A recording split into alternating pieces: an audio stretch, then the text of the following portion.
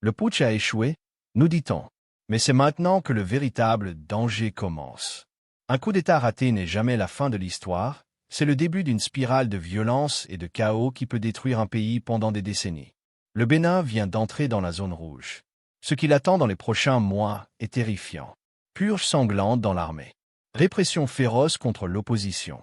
Radicalisation des jeunes. Explosion de la violence djihadiste. Effondrement économique. Guerre civile larvée. Intervention militaire étrangère permanente. Le putsch du 7 décembre 2024 n'était que l'étincelle. L'incendie qui va suivre risque de consumer tout le pays. Commençons par la conséquence la plus immédiate et la plus brutale, la purge qui se prépare dans l'armée béninoise. Patrice Talon ne pardonnera pas. Il ne peut pas pardonner. Sa survie en dépend. Les listes sont déjà établies. Pas seulement les 12 soldats arrêtés le 7 décembre, mais leurs familles, leurs amis, leurs collègues, tous ceux qui ont exprimé la moindre sympathie pour les putschistes. Les services de renseignement nigérians et français ont fourni les noms. Les interrogatoires sous torture ont fait le reste. Dans les prochaines semaines, des centaines d'officiers vont disparaître. Certains seront exécutés sommairement. D'autres mourront sous la torture. Les plus chanceux finiront dans des prisons secrètes. L'armée béninoise va être décapitée. Mais cette purge va créer un problème encore plus grave. Une armée purgée est une armée affaiblie. Les officiers compétents mais suspects seront éliminés. Les incompétents mais loyaux seront promus. Le résultat? Une force militaire incapable de défendre le pays. Les djihadistes le savent. Ils attendent. Ils préparent déjà leur offensive majeure. Quand l'armée béninoise sera trop désorganisée pour résister, ils frapperont. Le nord du pays tombera en quelques semaines. Puis ils descendront vers le sud. Parakou d'abord. Puis Cotonou. Le Bénin deviendra le nouveau Mali. La répression contre la société civile a déjà commencé. Les arrestations se multiplient. Pas seulement les opposants politiques connus, mais les journalistes qui ont osé questionner la version officielle. Les avocats qui défendent les putschistes. Les étudiants qui manifestent. Les syndicalistes qui protestent. Les religieux qui prêchent la justice. Même les simples citoyens qui ont liké un post critique sur Facebook. Les prisons débordent déjà. De nouveaux camps de détention sont construits avec l'aide nigériane. Le goulag béninois est en train de naître. L'opposition politique est condamnée à mort. Pas physiquement, pas encore, mais politiquement. Les démocrates sont déjà exclus des élections. Maintenant, ils seront criminalisés. Accusés de complicité avec les putschistes. Leurs comptes bancaires gelés. Leurs locaux fermés. Leurs militants arrêtés. Boni Yayi ne pourra plus jamais rentrer au Bénin. Rekia Madougou ne sortira jamais de prison vivante. L'espace démocratique, déjà réduit, va totalement disparaître. Le Bénin devient une dictature assumée. L'économie va s'effondrer. Les investisseurs fuient déjà. Qui veut investir dans un pays au bord de la guerre civile? Le port de Cotonou, poumon économique du pays, voit son trafic chuter. Les pays voisins détournent leurs marchandises. Les recettes douanières s'effondrent. Le budget de l'État implose. Les fonctionnaires ne seront plus payés. Les services publics vont cesser de fonctionner. L'inflation va exploser. Le franc CFA va perdre toute valeur. La population va s'appauvrir massivement et rapidement. Les sanctions internationales arrivent. Pas contre Talon, ironiquement, mais contre le Bénin. Les bailleurs de fonds suspendent leurs programmes. La Banque mondiale gèle ses prêts. Le FMI se retire. L'Union européenne reporte ses projets. Même la Chine devient prudente. Le Bénin est mis en quarantaine économique. L'aide au développement, qui représente une part importante du budget, disparaît. Le pays est livré à lui-même. La fuite des cerveaux s'accélère dramatiquement. Les médecins partent. Les ingénieurs fuient. Les professeurs émigrent. Les entrepreneurs délocalisent. Tous ceux qui peuvent partir partent. Ne restent que les plus pauvres, les plus vulnérables, condamnés à subir. Le Bénin perd en quelques mois ce qu'il a mis des décennies à construire, son capital humain. La fragmentation territoriale commence. Le Nord, abandonné par l'État central affaibli, tombe sous le contrôle des djihadistes. Le Sud se barricade. Les régions intermédiaires deviennent des zones grises contrôlées par des seigneurs de guerre locaux. L'unité nationale vole en éclats. Le Bénin n'existe plus comme entité cohérente. C'est la somalisation du pays. Les milices prolifèrent. Chaque groupe ethnique, chaque région, chaque quartier crée sa propre force d'autodéfense. Les armes circulent. Les anciens militaires purgés deviennent mercenaires. Les jeunes chômeurs deviennent combattants. La violence devient le seul moyen de survie. Le monopole étatique de la violence légitime disparaît. C'est la loi de la jungle armée. Les réfugiés affluent de partout. Du nord fuyant les djihadistes. Du centre fuyant les combats. Du sud fuyant la répression. Les camps de déplacés internes se multiplient. Les conditions sanitaires se dégradent. Les épidémies menacent. Le choléra réapparaît. Ebola n'est pas loin. Une catastrophe humanitaire se prépare. L'intervention étrangère devient permanente. Les troupes nigérianes ne partiront plus. Elles s'installent, construisent des bases, contrôlent les points stratégiques. Le Bénin devient un protectorat de facto. La France renforce discrètement sa présence. Des contracteurs américains arrivent. Des mercenaires russes rôdent.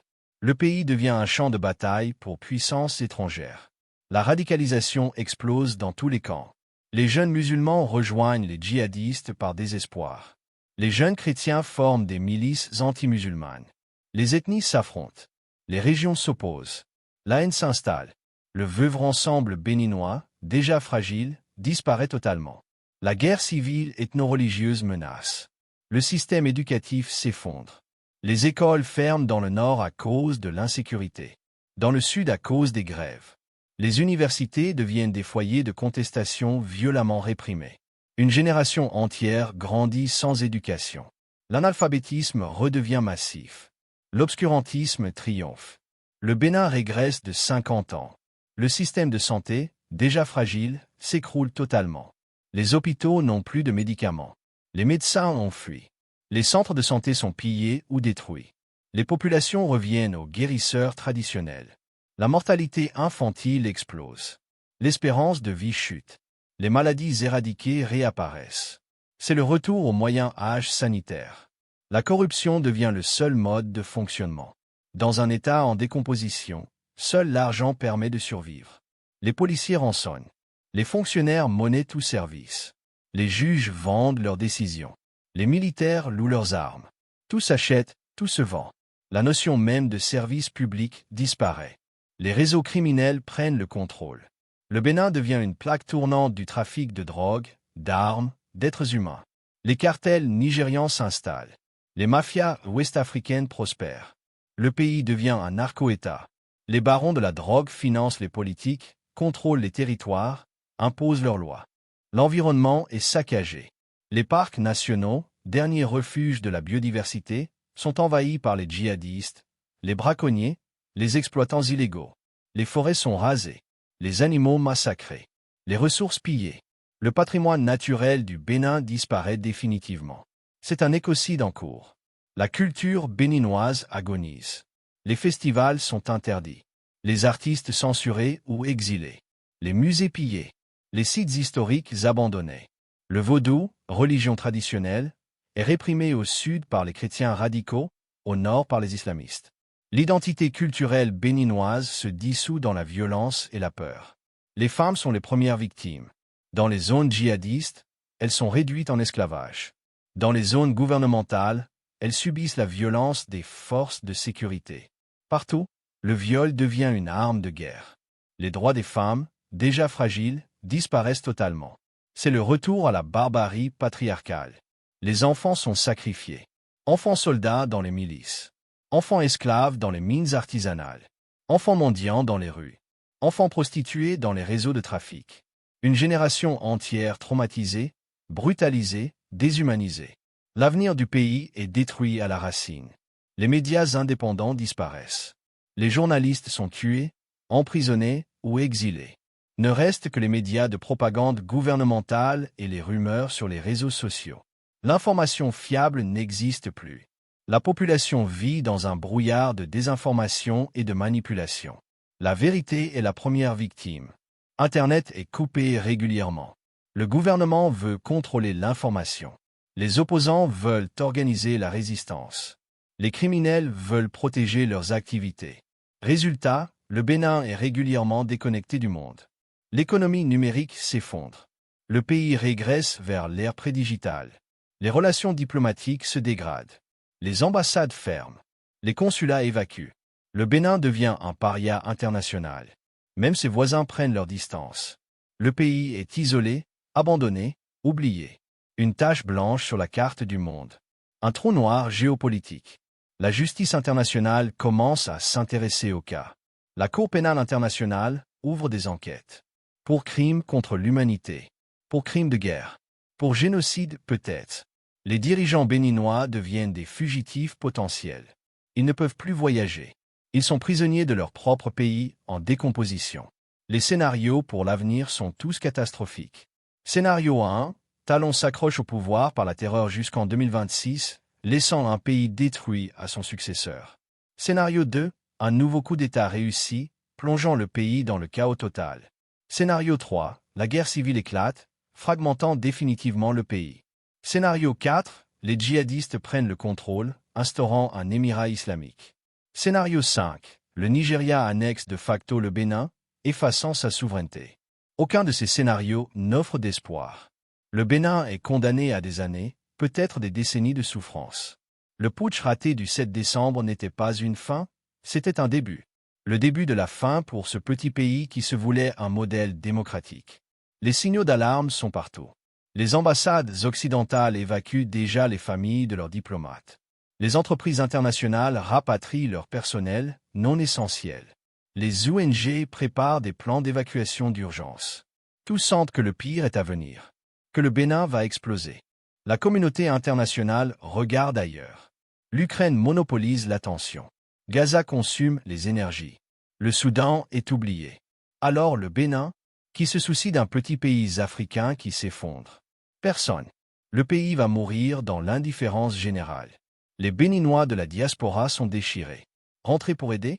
Mais comment aider un pays qui sombre? Rester à l'étranger? Mais c'est abandonner les leurs.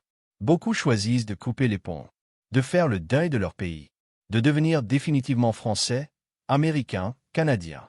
Le Bénin perd ses enfants les plus brillants. Les vieux pleurent en silence. Ils ont connu l'espoir de l'indépendance, la fierté de la conférence nationale, l'optimisme démocratique des années 1990. Tout cela est mort. Ils vont mourir en voyant leur pays mourir. C'est la pire des malédictions pour une génération qui avait tant espéré. Les jeunes n'ont plus d'espoir. Pas de travail, pas d'avenir, pas de liberté. Leur seul horizon, la fuite, la violence ou la mort. Beaucoup choisissent la violence. Par rage, par désespoir, par absence d'alternative. Le Bénin devient une fabrique de desperados. Les femmes du marché d'Antokpa le disent crûment. Le pays est foutu. Sauf qui peut. Elles organisent déjà l'exode de leurs enfants. Vers le Ghana, vers la Côte d'Ivoire. N'importe où sauf au Bénin. L'instinct maternel leur dit que rester c'est mourir. Les intellectuels sont soit morts, soit partis, soit réduits au silence. Plus personne pour penser le pays, pour imaginer des solutions, pour proposer des alternatives. Le Bénin est devenu un pays sans pensée, une nation lobotomisée, un peuple décapité intellectuellement. La nuit tombe sur le Bénin. Une longue nuit qui durera des années, peut-être des décennies. Le putsch raté du 7 décembre 2024 a ouvert les portes de l'enfer. Et le Bénin s'y engouffre inexorablement. Ce qui attend le pays est pire que ce qu'ont vécu la Somalie, le Libéria, la Sierra Leone. Car le Bénin tombe de plus haut. Il avait goûté à la démocratie. Il avait connu la stabilité. Il avait espéré le développement. La chute n'en est que plus douloureuse. Les archéologues du futur étudieront les ruines du Bénin comme on étudie les civilisations disparues. Comment un pays prometteur a-t-il pu s'autodétruire si rapidement? Comment un peuple pacifique a-t-il sombré dans la violence? Comment une démocratie est-elle devenue une dictature puis un chaos? Les réponses sont dans ce putsch raté du 7 décembre 2024. Ce jour-là, le Bénin a franchi le point de non-retour. La spirale de la violence et de la décomposition est enclenchée. Rien ne peut plus l'arrêter. Le pays va au bout de sa logique mortifère, jusqu'à la destruction totale ou la renaissance dans la douleur. Mais la renaissance, si elle vient, ne viendra qu'après l'apocalypse. Le Bénin risque tout. Sa souveraineté, son unité, son existence même. Le putsch raté n'était qu'un symptôme. La maladie est plus profonde. C'est tout un système politique, économique, social qui s'effondre. Et de cet effondrement naîtra soit un nouveau Bénin, soit plus de Bénin du tout. Les conséquences réelles du putsch raté sont simples, la mort lente d'une nation. Le Bénin est entré en phase terminale. Les soins palliatifs des interventions étrangères ne font que prolonger l'agonie. Le patient va mourir. La question est, combien de temps durera l'agonie? Et combien mourront avec lui? Voilà ce que risque le Bénin maintenant. Tout, absolument tout. Son présent est détruit. Son avenir est hypothéqué. Son passé est effacé. Le putsch raté du 7 décembre 2024 n'était pas un incident. C'était le début de la fin. Et cette fin sera longue, douloureuse, sanglante. Le Bénin va payer très cher cet échec. Le prix? Son existence même en tant que nation.